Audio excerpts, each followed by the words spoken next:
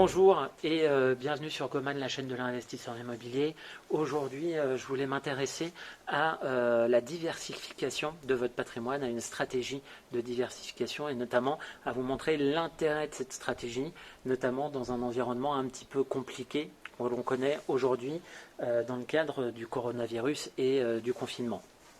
Alors, avant de passer à la vidéo et à son contenu, n'hésitez pas à liker, à vous abonner et surtout à poser des questions tout simplement parce qu'on est là aussi pour répondre et pour partager l'information sur ce type de questionnement. Alors l'intérêt d'une diversification, je vais faire un petit tour dans le jardin comme ça permet aussi de profiter du soleil. L'intérêt d'une diversification. Aujourd'hui, on est dans une situation de crise. En tant qu'investisseur immobilier, en tant que salarié, en tant que qui vous êtes, dans tous les cas, on est dans une situation de crise et on doit faire face à cette crise-là. L'intérêt de la diversification, c'est d'appréhender cette crise de façon la plus sereine possible. Donc ça, c'est quelque chose d'important et comme je l'ai dit plusieurs fois, mon objectif, c'est toujours d'avoir en tête, d'une part, la construction d'un patrimoine de qualité, rentable, et se construire son patrimoine de façon sereine. C'est-à-dire ne pas se dire « zut, qu'est-ce que j'ai fait comme bêtise, j'aurais pas dû faire ça ». Donc la diversification, c'est l'un des piliers de la sérénité.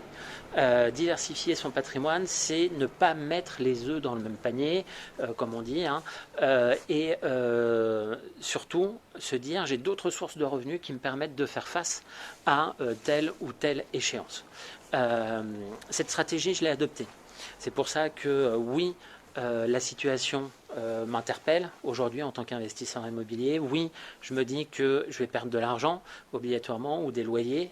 C'est le cas puisque j'ai des appartements qui ne sont pas encore loués et c'est pas pour tout de suite qu'ils seront loués puisqu'on ne peut pas les faire visiter.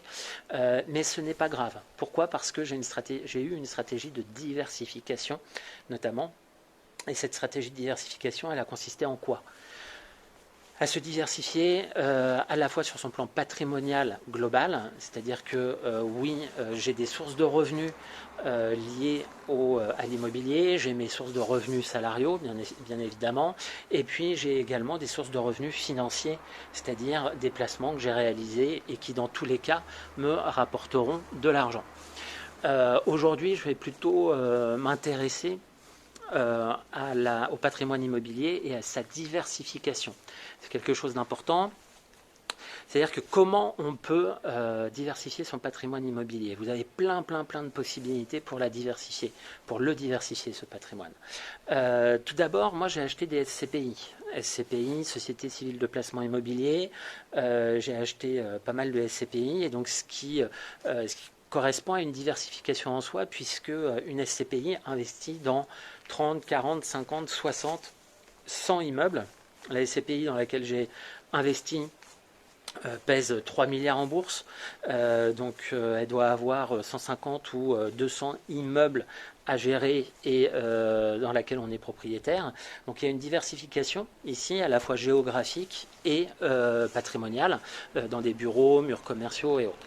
Donc là, j'ai investi dans des SCPI. J'ai investi aussi dans des places de parking, bien évidemment. Donc ça, c'est une possibilité également. J'ai investi dans des caves.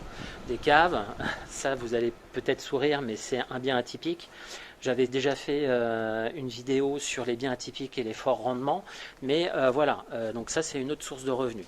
J'ai investi également dans des appartements meublés et nus. Et là, ça correspond à des profils qui sont différents. J'ai aussi diversifié le type d'appartement. C'est-à-dire que j'ai des studios, mais j'ai aussi des F2 et j'ai aussi des F3. Ça, c'est important parce qu'au final, un F3 n'est pas un bien qui correspond à un étudiant, par exemple. C'est plus une famille qui sera là sur le long terme, qui peut avoir aussi des aides, qui peut avoir un certain nombre de choses qui sécurisent. L'étudiant, lui, a un turnover plus important et peut partir. Donc vous voyez, dans le cadre de ma stratégie d'investisseur immobilier, je me suis posé la question de comment je peux diversifier mon patrimoine immobilier. SCPI, studio, F1, F2, F3, place de parking, cave. également, ce qui me permet aujourd'hui à 90%, même à 95%, d'avoir des revenus assez sécurisés et de faire face à une crise que l'on connaît actuellement de façon assez sereine. Même si je m'inquiète un peu, puisque il y a notamment un appartement qui n'est pas loué, celui que j'ai mis en Airbnb, mais globalement, sachant qu'avant je générais du cash flow, aujourd'hui j'en génère un petit peu moins, mais ça ne me remet pas en cause ma situation financière.